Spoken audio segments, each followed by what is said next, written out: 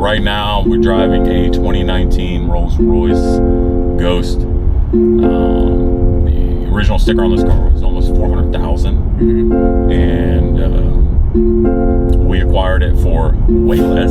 400,000. Yeah, so way less. These the great thing about these cars, man, is it's like one of the few cars that I feel like it's hard to spend $100,000 on really any car, but like one car that I feel like just truly holds its value. The way that it's built is so exceptional. And the reason I say this is because we've driven 09, 2010, which is 15, 16-year-old Rolls Royce for like, let's say we got it for like 60 or 70 grand. It still drives like, what you would expect the first, drive off of that showroom floor back in that day. They're just built so well, so timelessly, and so I'm excited about this one. We'll drive this for a few days. The Shooting Star headliner, which is really, really cool and has grown in popularity over the I would say the last maybe like 3 to 5 years. People are really starting to freak out about these, and so now you get a lot of accessory companies that are starting to put it in after the fact, right? They're putting them in, a Jeep Wrangler. They're putting it in, the 6x6. Yep. They're putting it in the G-Wagon. They've got one in the G-Wagon. So a lot of people like these, and what you'll find out is when you're sitting in the back, you can change the color of the stars, so to speak, and then every now and then you'll see a shooting star. Oh, wow. Yeah, really cool. It'll just be like, and you're like, oh, I saw it. So you have to like really sit back there, pay attention, and it's something good for my kids to keep them quiet. You know what I mean? I'm like, hey, all right, first one to find the shooting star. So you're just gonna be sitting back there, and then all of a sudden you'll see it go, shoot, there went over there, and that's sweet. So, but yeah, no, this is an extremely nice car. I believe this is going to my boy Chris.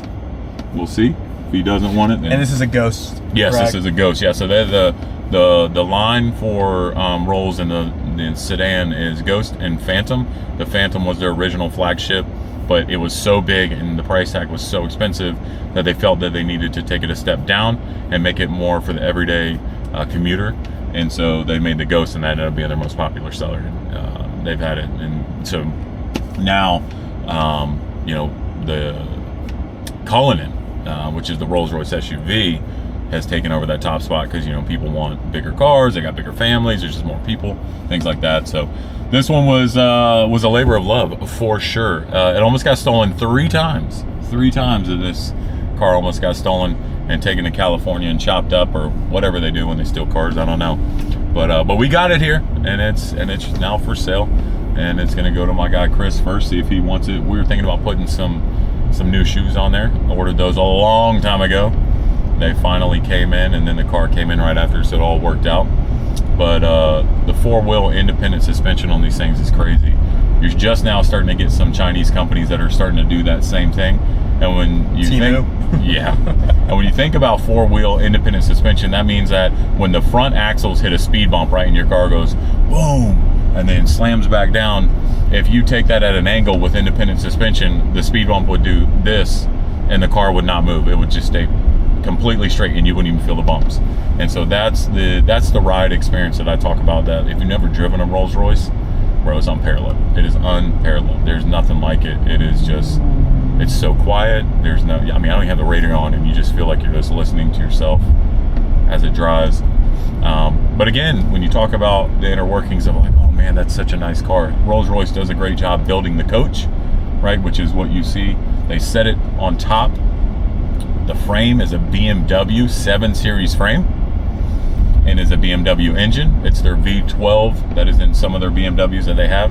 So they got the V12 engine from BMW, and it's a BMW transmission. So a lot of people are like, oh man, Rolls Royce so expensive to fix, this and that. It's really not. If you got a good BMW mechanic, man, they can provide the maintenance, the service, the upkeep, and a lot of parts do interchange. So that's something that the public just doesn't know about. They think they got to go to Rolls Royce, they got to fix those certain things there. And yes, don't get me wrong, some of those pieces, right, on a Rolls Royce are very expensive, and they can only get it from Rolls. But for the most part, it's a BMW. So what makes the Rolls Royce like this such high-end luxury car? Like why are Rolls Royces this much and probably the top tier of cars? Yeah, I think it goes back to when they started it, hand making, a few cars every year back in there.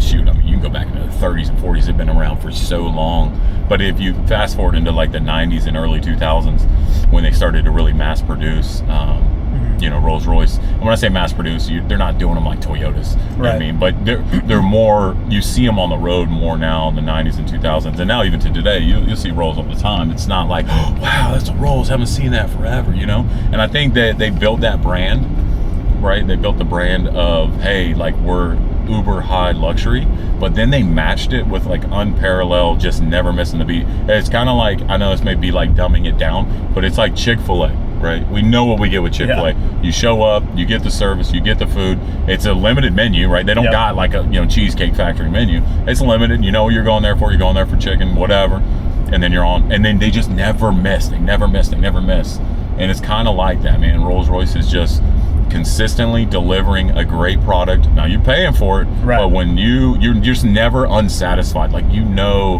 what you're getting with the Rolls, and I think that's why that brand has continued to grow and grow and grow into such the super luxury power that they are now. So that's a good question.